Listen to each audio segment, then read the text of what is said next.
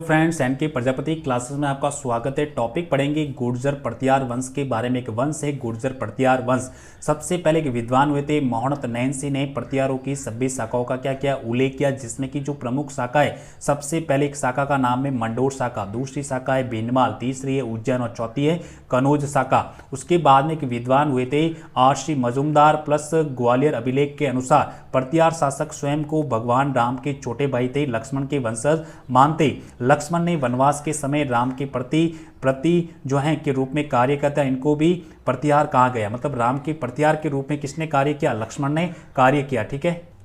प्रतिहारों की कुलदेवी की बात करें तो चामुंडा माता और प्रतिहार शासकों को क्या कहा गया? बोरा कहा गया। क्या कहा गया? बोरा। डॉक्टर गोपीनाथ शर्मा के अनुसार गुर्जरता क्षेत्र में निवास के कारण इनको क्या कहा है? गुर्जर कहा गया है। अरब यात्री था अल मसूदी ने गुर्जर प्रतिहारों के लिए अल गुर्जर शब्द का क्या किया? प्रयोग किया। उसके बाद में तथा प्रतिहार शासकों को बोरा कहा गया। प्रतिहारों का प्रथम जो अभिलेखीय साक्ष्य की बात करें तो ऐहोल प्रशस्ति से माना जाता है। ऐहोल प्रशस्ति की बात करें तो इस प्रशस्ति के जो रचयिता थे रवि कीर्ति थे। कौन थे? रवि कीर्ति। और ये संस्कृत भाषा और संपूर्ण शैली में इसकी रचना की गई। इस अभिलेख में बताया गया है कि चालुक्य वंश के जो शासक थे पुलकेशिन द्वितीय और हर्षवर्धन के मध्य नर्मदा नदी के तट पर एक युद्ध का उल्लेख मिलता है, जिसमें हर्षवर्धन की क्या होती है? पराजय होती है और पुलकेशिन द्वितीय की क्या होती है? विजय होती है। अब इसके संस्थापक की बात करें तो इसके गुर्जर प्रतिहार वंश के जो संस्थापक थे हरिश्चंद्र थे। कौन थे? हरिश्चंद्र। एक अभिलेख मिलता है गटियाला अभिलेख के अनुसार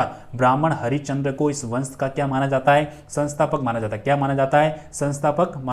इस अभिलेख के अनुसार विद्वान होने के कारण हरिश्चंद्र को एक उपाधि दी गई रोही लद्दी की उपाधि किसकी है? तो हरिश्चंद्र की। उसके बाद में इस अभिलेख के अनुसार हरिश्चंद्र की ब्राह्मण व क्षत्रिय दो रानियां थी। कितनी रानियां थी? ब्राह्मण व क्षत्रिय दो रानियां थी, जिसमें जो क्षत्रिय रानी का नाम था बद्रा के कितने पुत्र थे? 4 पुत्र, जिसमें कि सबसे पहले सबसे बड़े वाले पुत्र भोगबर, दूसरा कदक, तीसरा रज्जिल और चौथा था दह।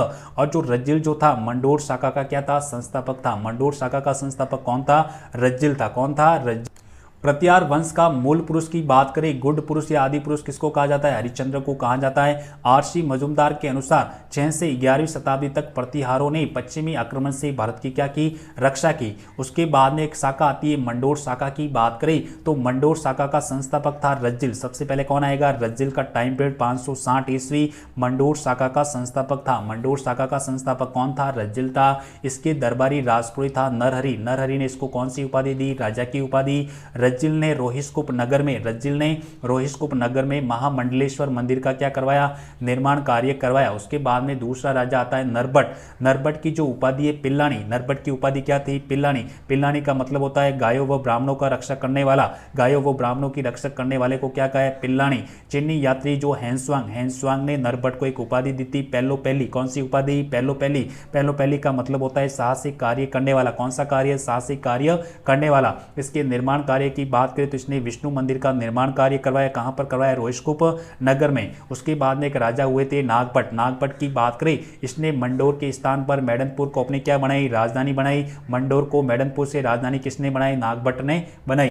इसके बाद में एक राजा होता है शिलुक की बात करें तो इसने लोदरवा के जो शासक थे देवराय भाटी को क्या किया? पराजित किया। इसने मंडोर में सिद्धेश्वर महादेव मंदिर का निर्माण कार्य करवाया। उसके बाद में एक राजा होता है जोट प्रतिहार की बात करें तो ये वीणा वादक था। कैसा था? वीणा वादक था। इसने गंगा में जीवित जल समाधि ली। गंगा में जीवित जल समाधि लेने वाला शासक जोट प्रतिहार। इसके जो बड़े पुत्र था भोज ने संन्यास को ग्रहण किया और इसका छोटा पुत्र तात उसका क्या बना? उत्तराधिकारी बना। उसके बाद में एक राजा बना है कक की बात करें तो ये ज्योतिष व व्याकरण का क्या था? ज्ञाता था। कनौज विजय में भीनमाल के शासक वत्सराज को क्या किया था? सहयोग किया।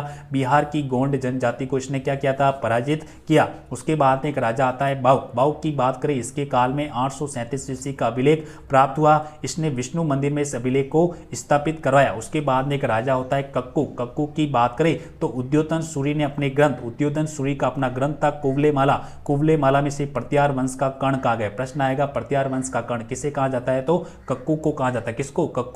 कक्कू के काल में ही घटियाला अभिलेख की रचना हुई, मतलब कक्कू के काल में एक अभिलेख की रचना हुई, घटियाला अभिलेख, जिसमें प्रतिहार शासकों की आरंभिक वंशावली का क्या मिलता है, उल्लेख मिलता है। उसके बाद में एक शासक हुआ यशोवर्धन। यशोवर्धन ने गौ सेवा समिति की क्या की, स्थापना की। इसने लोक कल्याण के सर्वाधिक कार्य की। उसके बाद में शासक आता है इंद्र या इंद्रजीत। प्रतिहार की बात करें 1396 ईस्वी में, ये मंडोर शाखा का अंतिम प्रतिहार शासक था। इसने अपनी पुत्री का जो विवाह है चूड़ा राठौड़ के साथ कर दिया और उसे मंडोर दहेज में दे दिया। तो ये टॉपिक था कौन सा है, मंडोर शाखा के बारे में। थैंक